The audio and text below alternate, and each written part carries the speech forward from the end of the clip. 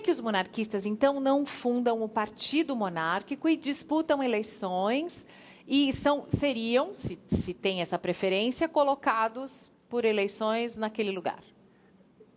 A monarquia tem que ser necessariamente suprapartidária. Não pode ter um partido. Era preciso que a monarquia viesse ao encontro das aspirações do conjunto da nação. E foi o que nós vimos por ocasião do plebiscito. Em toda parte em que nós apresentamos a proposta monárquica, a maioria concordava. Em várias classes sociais. Eu me recordo um debate muito interessante no Rio Grande do Norte, na Universidade Federal do Rio Grande do Norte. Eu estava de um lado, do outro lado estava um deputado que era muito de esquerda. Em certo momento, o deputado começou a dizer, não, monarquia é uma questão de elite, o povo não concorda. Do fundo da sala, levanta uma senhora, pobre, com todo o jeito favelada. Deputado, eu quero dizer o que eu penso. Eles vão agora vencer a partida. O príncipe está arrasado. Ela fez uma proclamação de fé monárquica extraordinária.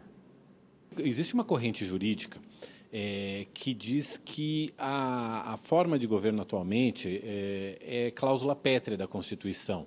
Não poderia ser mudada, só se mudar a Constituição inteira. Teria que convocar uma nova Constituição. Era. É isso que eu queria esclarecer. Não é mais. Ah, não é mais? Não. Em todas as constituições republicanas introduziram essa chamada cláusula pétrea. Por ocasião da última Constituinte, meu irmão, Dom Luiz, mandou uma carta a todos os constituintes, mostrando a incoerência que havia no momento de abertura política, que dava liberdade para todos, para os comunistas, para os socialistas, para todos os partidos, e mantinha os monarquistas fora da lei. Quando essa cláusula constitucional foi votada, ela foi derrogada, foi repudiada pela imensa maioria dos constituintes. Só votaram a favor da manutenção dessa cláusula ditatorial contra a monarquia o PT e o PCdoB. Todos os outros partidos votaram contra. Eu sei que o senhor trabalha viajando pelo Brasil, fazendo... E o que eu fico impressionado é que a aceitação da ideia monárquica é cada vez maior. Muitas pessoas pensavam que com o plebiscito aquilo seria radical sobre o ideal monárquico no Brasil. E não foi. Foi exatamente o contrário. O que me impressionou nas redes sociais foi a quantidade de jovens a favor da monarquia. Sobre tudo isso. E outro aspecto interessante. Em todas essas manifestações que houve recentemente no Brasil, de norte a sul do Brasil, vieram pessoas com a bandeira da monarquia. Mas de norte a sul do Brasil. Essas fotos são na Avenida Paulista. Foram aceitas com a maior naturalidade e vistas até com muita simpatia. Se aparecesse uma bandeira vermelha do PT, seria enxotado. Até na frente do Congresso Nacional, numa das manifestações, foi hasteada a bandeira da monarquia. E a polícia só percebeu algumas horas depois e ficou 4 horas tremulando na frente do Congresso Nacional. As questões são muito simples de resolver. Do ponto de vista socioeconômico, respeite 3 princípios que a nação enfloresce. Quais são? Livre iniciativa, porque onde não há livre iniciativa se inibe a capacidade criativa de um povo. Propriedade privada, a garantia da propriedade privada, porque a propriedade é a garantia de liberdade. Qual a definição de propriedade? Essa definição é dada pelo Papa Leão XIII. Trabalho acumulado. Eu trabalho o dia a dia meu sustento. Eu trabalho algo a mais do que necessário ao meu sustento. Dia após dia, eu acumulo isso. Isso é meu. Se eu não for o dono do fruto do meu trabalho, eu sou um escravo do Estado. A propriedade privada é a garantia da liberdade. Aliás, tem 2 mandamentos da lei de Deus que garantem a propriedade privada. Não furtar e não cobiçar as coisas alheias.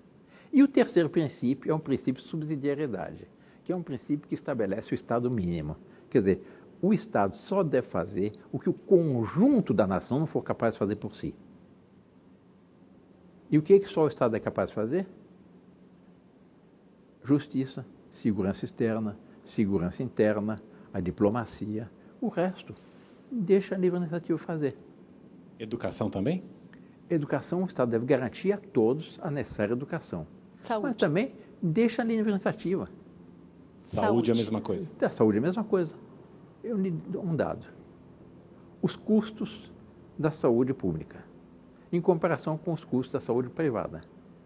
Um leito no hospital do Estado é muito mais caro, custa muito mais que um leito no hospital privado. E eu garanto que os dois, a Mariana e você, têm um plano de saúde privado. E se vierem doentes, não vão para o SUS. Não, mas eu gostaria que o SUS funcionasse para quem precisa, para quem não tem essa Isso eu possibilidade. concordo inteiramente. Eu gostaria que ele funcionasse 100%. melhor. Mas havia no Brasil uma instituição benemérita, Santas Casas. Mas as Santas Casas foram fundadas por uma rainha de Portugal, por Dona Leonor. 70% da assistência da saúde pública eram as Santas Casas, não custava nada.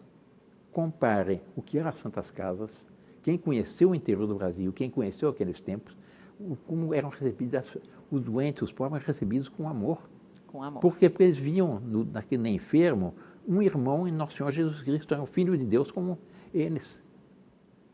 E eram tratados como irmãos. Um pouquinho de Estado e religião, com uma discussão sobre monarquia. Mas se completa. Aqui com Dom Bertrand, de Orleans e Bragança. Muito obrigada, Dom Bertrand.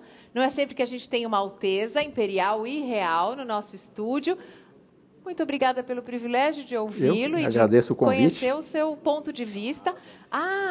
Eu soube que o senhor gosta muito da Santa Joana d'Arc. Que ela foi uma grande heroína. Então, esse é o presente da nossa... Nunca se valorizou tanto as mulheres quanto a igreja valorizou e quanto as monarquias valorizaram. As monarquias valorizaram as mulheres. Muito mais que as repúblicas.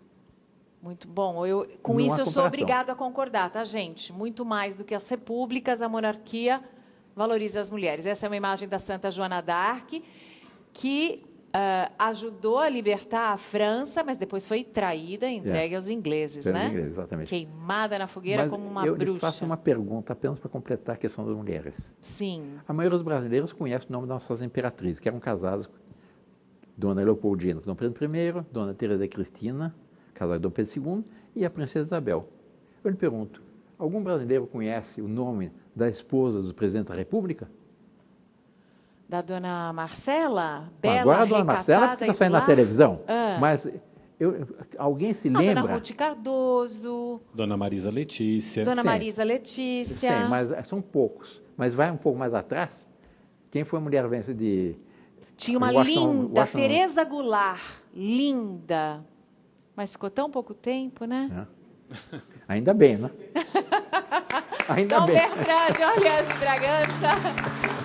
Bastante coerente com seus ideais monárquicos. Muito obrigada, Dom Bertrand. Muito obrigada. Essa aqui é para o senhor pôr na sua mesa. Eu fico muito contente, porque eu sou sempre não só admirador, mas devoto.